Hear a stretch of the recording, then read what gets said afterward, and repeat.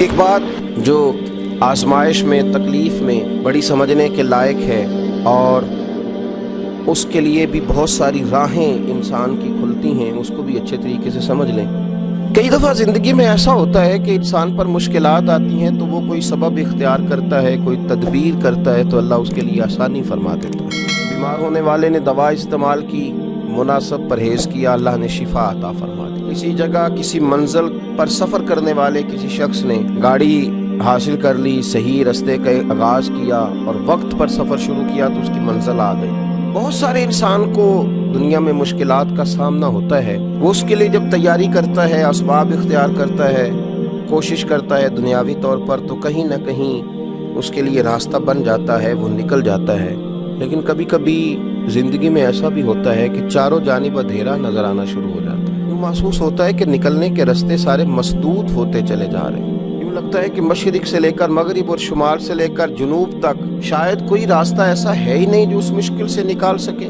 بڑے بڑے ذی شعور، عقل و فہم والے اور علم و فن والے لوگ سر پکڑ کے بیٹھ جاتے ہیں، اور جب وہ پوری طرح سے تھک جائیں اور جب لوگوں کے علوم، فنون، گفتگو، لب و لہجہ، عقل، دانش، ٹیکنالوجی، سائنس، طاقتیں، قوتیں، اسلحہ، ہر چیز جواب دے جائے تو کیا مسلمان بھی خاموش ہو جائے؟ جب سب علم و فضل والے ہتھیار پھینک دیں اس وقت پھر کیا راستہ اختیار کیا جائے کہ راستہ بن جائے، آسانی ہو جائے، منزل کی طرف بڑھنے کے لیے سواری کا بندوبست ہو جائے؟ تو میرے رب کریم نے وہاں بھی اپنے بندوں کو مایوس نہیں فرمایا، بلکہ اللہ کریم نے فرمایا وَمَن يَتَّقِ اللَّهَ يَجْعَل لَّهُ مَخْرَجًا۔ سورہ طلاق کو دیکھیے گا، فرمایا جو اللہ سے ڈرتا ہے اللہ اس کے لیے نجات کا راستہ پیدا فرما دیتا ہے، اللہ ہر مشکل سے نکلنے کے لیے اسے راستہ عطا کرے گا۔ اب جب سارے راستے مسدود ہو جائیں گے تو پھر مسلمان کون سا راستہ اختیار کرے گا؟ وہ استغفار کا راستہ ہے، وہ توبہ کا راستہ ہے، وہ اللہ کی بارگاہ میں حاضری کا راستہ ہے۔ وہ پھر اس کے حضور عرض کرے گا کہ مالک ہم تو تھک گئے، پر تجھے نہ نیند آتی ہے نہ اونگ آتی ہے، تو رحمت فرما۔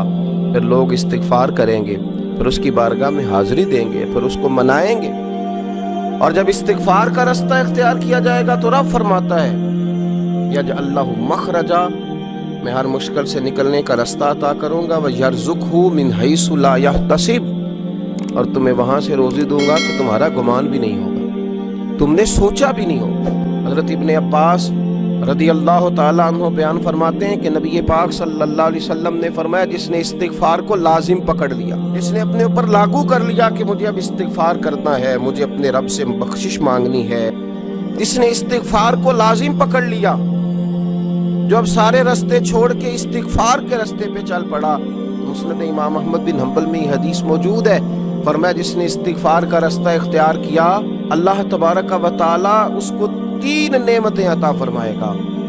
یا رسول اللہ صلی اللہ علیہ وسلم کون سی؟